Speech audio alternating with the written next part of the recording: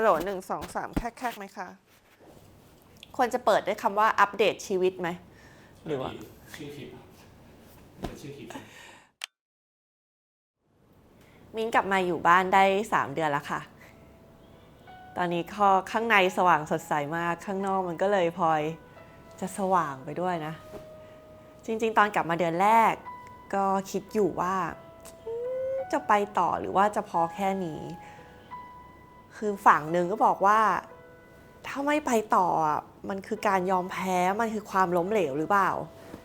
แต่อีกฝั่งหนึ่งก็บอกว่าแต่ถ้าไปต่อแล้วไม่เอนจอยจะไปทำไมมันเป็นความล้มเหลวมากกว่าหรือเปล่าในเมื่อสภาพจิตใจเราก็ไม่พร้อมสภาพร่างกายเราก็ไม่พร้อมก็เลยตัดสินใจว่างั้นถอยดีกว่าถอยกลับมาตั้งหลักใหม่ก่อนมิ้นคิดว่าการรู้ว่าจังหวะไหนควรจะถอยจังหวะไหนควรจะไปต่อมันก็เป็นสิ่งที่สำคัญมากเลยเพราะว่าโลกมันก็ยังอยู่เหมือนเดิมอะแต่เราเนี่ยดิมันจะไม่อยู่เอาสิถ้าเราไปต่อ3 เดือนที่ผ่านมามิ้นไปทำอะไรมาบ้างจริงๆก็ไปเจอกับกูรูชาวอินเดียท่านหนึ่งค่ะชื่อว่าสัตกูรู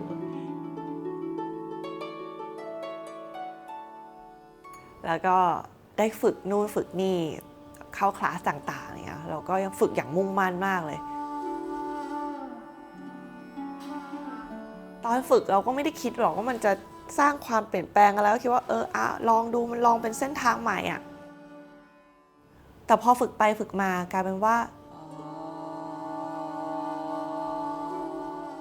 ข้างในเรารู้สึกสงบสว่างมันเหมือนมันนิ่งแต่มันมีพลังอ่ะเป็นความรู้สึกแบบที่ไม่เคยรู้สึกมาก่อนในชีวิตนี้แล้วก็เป็นความรู้สึกที่เรามองว่านี่แหละคือสิ่งที่เราตามหานี่มันคือสิ่งที่เราไม่เคยเจอมาก่อนคือไม่ได้บอกว่ามันดีมากอะไรนะแต่บอกว่ามันดีขึ้น มิ้นเพิ่งเข้าใจที่เขาบอกว่า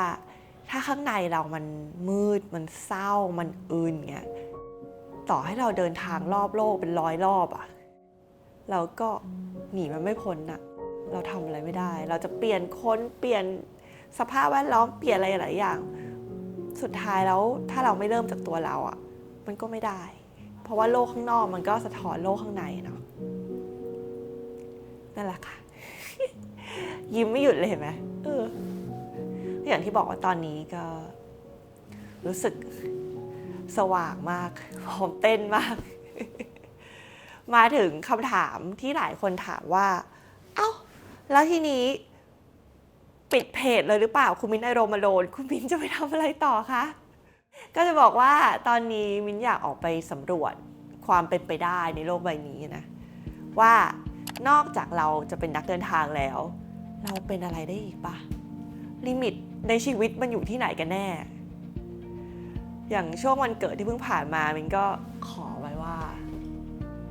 ขอให้ความฝันของมินไม่เป็นจริงขอให้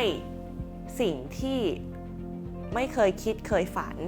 มันเกิดขึ้นกับตัวเราก็จะเป็นปีที่มุ่งไปทางนั้นแหละค่ะปีนี้ก็เลยอยากจะเรียกมันว่าแกปเยียร์หยุดเป็นนักเดินทางแล้วก็ไปทำอย่างอื่นสำหรับใครที่ไม่เคยได้ยินคำว่าแกปเยียร์นะคะแกปเยียร์มันก็คือการหยุดเนาะอะไรบางอย่างที่เราทำมาอย่างเนิ่นนานแล้วก็ไปสำรวจความเป็นไปได้ใหม่ๆอย่างเช่นแกปเยียร์เวลาเราเรียนจบมัธยมก่อนไปขึ้นมหาลัยที่เมืองนอกนะเขาก็จะหยุดสัก1 ปีเข้าไปดูว่าเราอยากจะเรียนอะไรต่อเราอยากไปขวนขวายหาอะไรอย่างเงี้ยมิ้นเองก็แกปเยียร์มา2 รอบแล้วแกปเยียร์ก่อนเรียนต่อปริญญาโทแล้วก็แกปเยียร์ก่อนมาทำไอโรมาโลนค่ะแกปเยียร์ครั้งที่2นี่เป็นแกปเยียร์ที่ทรงพลังมากนะเพราะว่าหลังจากแกปเยียร์เสร็จปุ๊บก็ออกมาเป็นไอโรมาโลนเลยครั้งนี้ก็เลยตื่นเต้นเหมือนกันว่าแกปเยียร์ครั้งที่3หลังจากผ่านมา36 ปี37 ปีมันจะเป็นยังไงบ้างนะก็ไม่ได้คาดหวังอะไรแต่เอาเป็นว่าเต็มที่ให้มากที่สุดละกันใครที่มองว่าแบบ